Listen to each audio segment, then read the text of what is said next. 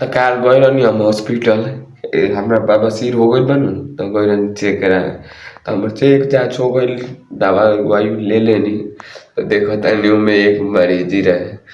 तो उन साला ना ठीक है हुए ना मरबे करे।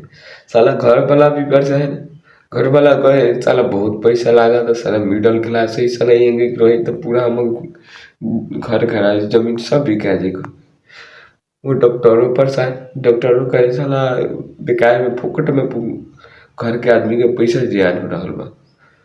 एक दिन तो डॉक्टर और घर पर लोग का विचार करे तो साला के उड़ीस के दवाई खिया के मुआ देवे के चाहिए। तो लाइक जाके उड़ीस के दवाई खिया के केहू करिया के पिया दे।